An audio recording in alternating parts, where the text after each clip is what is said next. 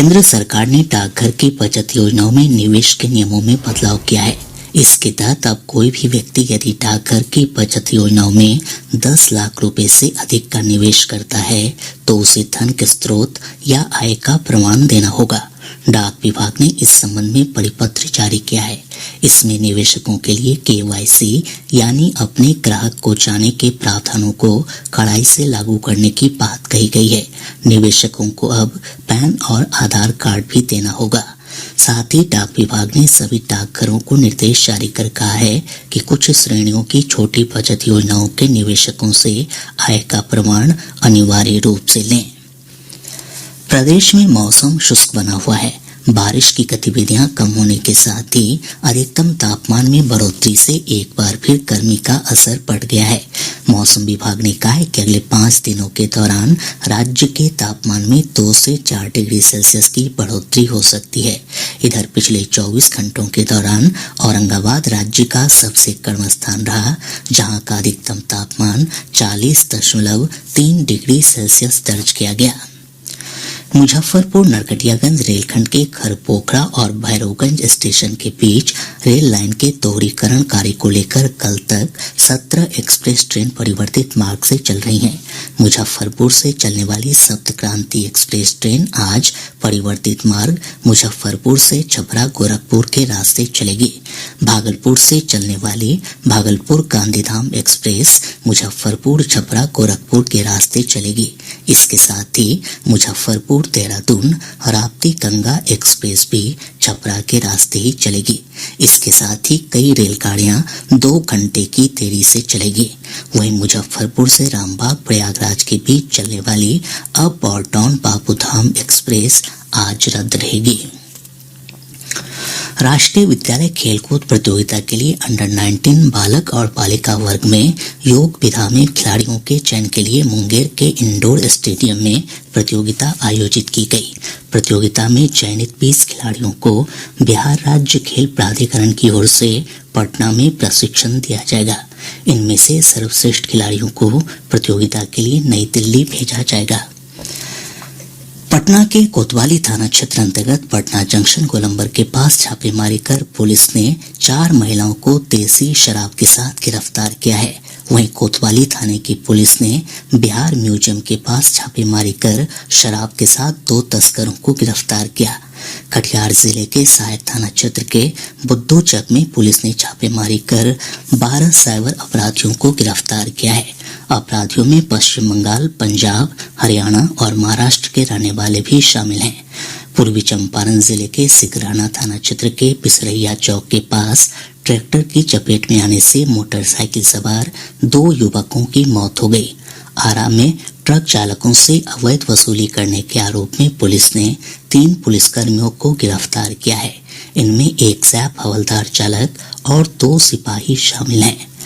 सिवान जिले के महादेवा चौकी क्षेत्र के रामदेव नगर में बदमाशों ने सिवान जिला परिषद कार्यालय में कार्यरत लिपिक बिक्की कुमार की गोली मारकर हत्या कर दी। अररिया जिले के पौंसी थाना क्षेत्र के फरकिया से पुलिस ने हत्या के आरोपी नरेश मंडल को 2 देसी पिस्तौल और 9 कारतूस के साथ गिरफ्तार कर लिया है। समस्तीपुर जिले के मुसरी खराड़ी थाना क्षेत्र से एसटीएफ की टीम ने कुख्यात अपराधी शिवशंकर गिरी को गिरफ्तार किया। अभियुक्त के खिलाफ हत्या और रंगदारी के कई मामले दर्ज हैं। बक्सर केंद्रीय कारा के मुक्त कारागार से एक 83 वर्षीय बंदी की कारा से बाहर निकलकर काम करने के दौरान मौत हो गई। राज्यपाल राजेंद्र विश्वनाथ आर्लेकर ने कहा कि हमारी संस्कृति, विचारधारा, परंपरा और इतिहास एक है और सभी राज्य एक दूसरे से सांस्कृतिक और वैचारिक रूप से जुड़े हुए हैं। राज्यपाल राजभवन के राजेंद्र मंडपम में एक भारत श्रेष्ठ भारत के तहत आयोजित गुजरात दिवस कार्यक्रम को संबोधित कर रहे थे। उन्होंने कहा कि इस तरह के कार्यक्रमों के आयोजन से भारत के सभी राज्य अन्य दूसरे राज्यों की सांस्कृतिक और अन्य विविधताओं से अवगत हो सकेंगे तथा भारत की एकता और अखंडता मजबूत होगी। केंद्रीय जल शक्ति मंत्री गजेंद्र सिंह शेखावत आज पटना में नरेंद्र मोदी सरकार की 9 वर्षों की उपलब्धियों के बारे में संवाददाता सम्मेलन को संबोधित करेंगे।